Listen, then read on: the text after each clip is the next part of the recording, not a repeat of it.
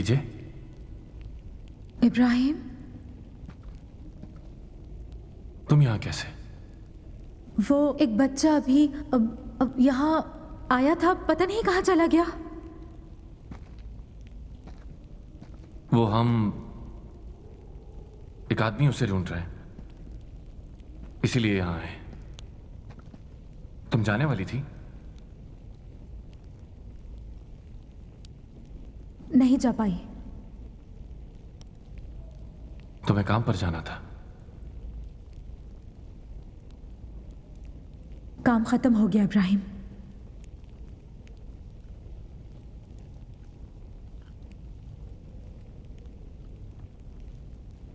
मुझे माफ करना।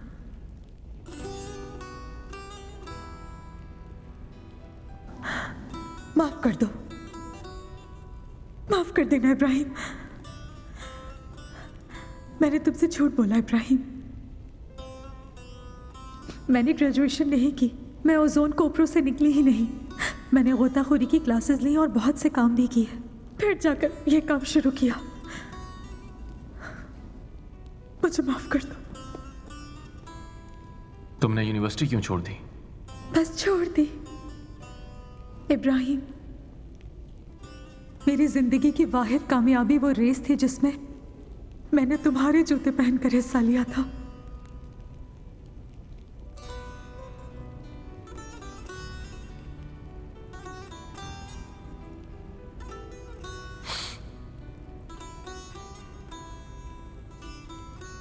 मतलब मुझे नहीं मालूम, मुझे अफसोस हुआ। अगर तुम मुझे फोन करती। अगर फोन करती तो क्या हो जाता?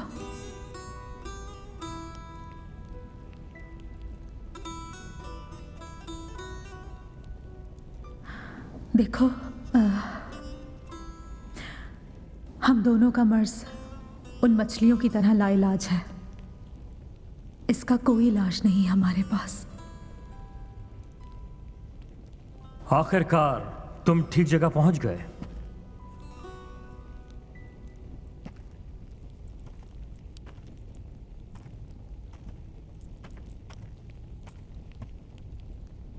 यही है वो जगह जहां दर्द के मारों का इलाज होता है, मगर दर्द के बगैर शिफा नहीं मिल सकती। इंसान ये बात नहीं समझता।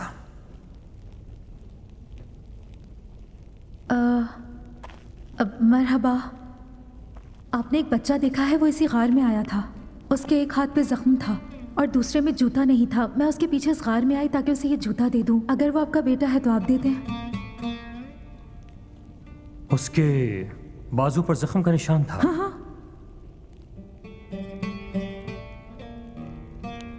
वो मेरा बेटा नहीं, वो खलील इब्राहिम है।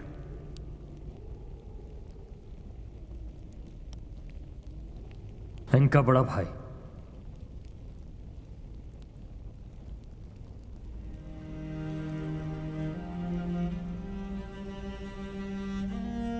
हमारा बड़ा भाई? यह कैसे हो सकता है? कई राज बहुत बड़े होते हैं। इतने बड़े राज के दुनिया के मैदानों और साथ ही साथ समंदरों में भी नहीं समा सकते। वो राज इन गारों में भी नहीं समा सकते, लेकिन वो हैं। और वो राज इन गारों से भी बड़े हैं, क्योंकि इंसान नहीं जानता कि बुलंदी के साथ पस्ती होती है। जब वो बुलंदी पर जाता है तो अपने आप से दूर हो जाता है।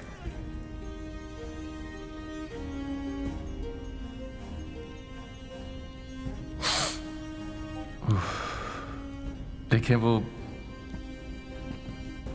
आपसे माजरत चाहता हूं। मैं वो आपकी बात समझ नहीं सका। हम बहुत दूर से यहां आए और बहुत थक गए हैं। मेरे बाबा कौन है, उनका राज क्या है, बराए करम हमें वो सब कुछ बता दीजिए, क्योंकि हम आपकी बात समझ नहीं पा रहे। मैंने कहा यहां शिफा मिलती है और तुम लोग यहां शिफा पाने के लिए आए हो। जब आखिरी बार तुम्हारे बाबा यहां से गए, बहुत से जख्मों, बहुत सी तकलीफों और बीमारियों से शिफा पाने के महीनों बाद, बिल्कुल हजरत अय्यूब की तरह अल्लाह से बहुत दुआएं मांगी, बीमारी उसके दिल तक पहुंचने लगी। तो कहा, यार अब तू रहम करने वाला है तो तू मुझ पर भी रहम कर दे। अल्लाह ने उसे एक और मौका दिया। उसके बाद वो यहां से चला गया। उसने नई जिंदगी यूं शुरू की जैसे वो फिर से पैदा हुआ हो, मगर उसने एक वादा किया था। उसने इस जमीन से खलील इब्राहिम से एक वादा किया था। हलाइब, एक मिनट रुको, मैं वाकई में बहुत उलझ गया हूं। क्या सच में वो बच्चा हमारा ही भाई था? ये बात किस तरह मुमकिन हो सकती है? तुम्हारे बाबा जब यहां आए तो जवान थे। वो फौजी तरबियत के लिए आए थे। वो उर्फा एक मुसाफिर की तरह आए थे,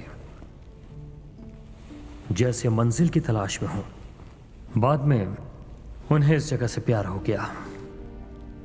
फौजी तरबियत के बाद नहीं जा सके। उन्होंने अपनी जिंदगी शुरू की, शादी कर ली, वो यहीं बस गए। मगर उन दिनों इतनी तरक्की नहीं थी। अस्पताल जाना आज की तरह इतना आसान नहीं था। सर्दियों के एक दिन बच्ची की पैदाइश के लिए वो अपनी बीवी को अस्पताल नहीं ले जा सके। वो रास्ते में ही दम तोड़ गई।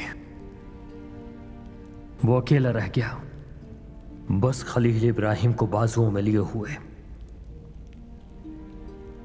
उसने अपने बेटे को खुद पाला।